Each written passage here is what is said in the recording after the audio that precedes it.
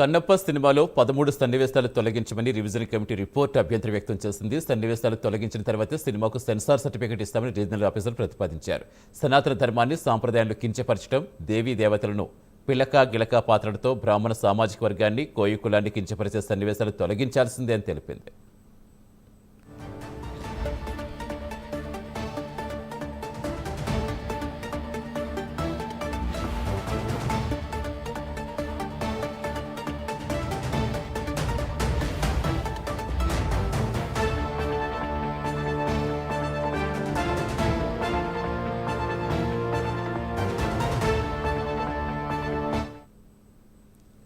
కన్నప్ప సినిమాలో 13 సన్నివేశాలు తొలగించమని revision committee report అభ్యంతరం వ్యక్తం చేసింది. సన్నివేశాలు తొలగించిన తర్వాతే సినిమాకు సెన్సార్ సర్టిఫికెట్ ఇస్తామని రీజనల్ ఆఫీసర్ ప్రతిపాదించారు. సనాతన ధర్మాన్ని, సాంప్రదాయాలను కించపరచడం, దేవీ దేవతలను పిలక గిలక పాత్రలతో బ్రాహ్మణ సామాజిక వర్గాన్ని, కోయ కులాన్ని కించపరిచే సన్నివేశాలు తొలగించాల్సిందే అని తెలిపింది.